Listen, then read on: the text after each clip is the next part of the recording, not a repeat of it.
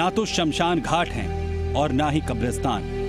ऐसे में शवों के अंतिम संस्कार के लिए परिजनों को घंटों इंतजार करना पड़ता है। इसके बावजूद भी जब कोई समाधान नहीं होता तो उन्हें अपने खेतों या फिर अपने भूखंडों में ही शवों का अंतिम संस्कार करना पड़ता है।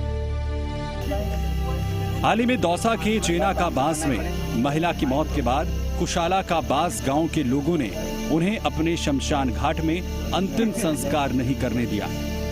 पुलिस प्रशासन और लोगों के बीच 20 घंटे की समझाइश में कोई समाधान नहीं निकल पाया।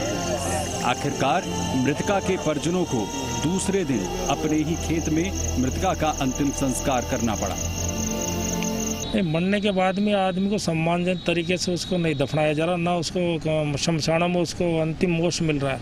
उसके पीछे सबसे बड़ा कारण क्या होता है कि जो ज़मीन होती है, कब्रिस्तान हो चाहे शमशान हो, या तो वो पुजारी या जो देख रेख करता खादिम उनके नाम ज़मीनें छट जाती है, उसके वो मालिक बन जाते हैं। इस तरफ प्रशासन को अवगत कराया जाता है, लेकिन इस पर प्रशासन की इस तरफ कोई ध्यान नहीं दिया जाता, जबकि मरने के बाद तो आदमी को सम्मान मिलना चाहिए। दौसा जिले में दर्जन भर ऐसे मामले हैं जहां शवों का सम्मानजनक अंतिम संस्कार नहीं हो पाता। महुआ में कब्रिस्तान न होने की वजह से मुस्लिम समुदाय के लोग शव को अपने भूखंडों में दफन करते हैं, तो जोगीनाथ समाज को भी इसे लेकर विवाद बना हुआ है।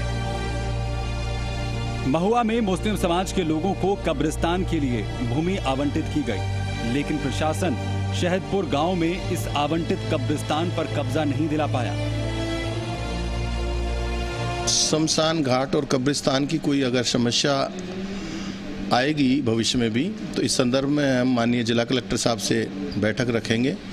और वैसे तो शमशान घाट को सभी जगह रास्ते हैं, लेकिन जहां भी कहीं जिले में अगर रास्ते नहीं हैं तो उनको रास्ता निकलवाने के लिए भी हम प्रयास करेंगे और कलेक्टर साहब से इसके लिए निवेदन करेंगे। पूरे मामले में जिला परिषद के मुख्य कार्यकारी अधिकारी लक्ष्मीकांत का कहना है कि सरकार ने शमशान और कब्रिस्तान चिन्हित करने और उनको विकसित करने के लिए नरेगा के तहत प्रावधान कर रखे हैं। इसके चलते अब तक 100 से अधिक शमशान घाट का कार्य हो चुका है।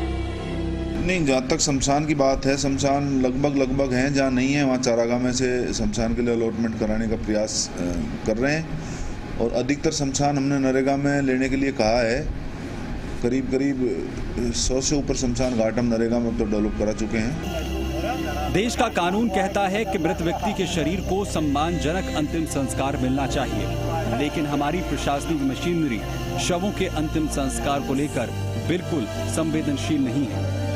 ऐसे में जीते जी तो सुकून नहीं मिला, मरने पर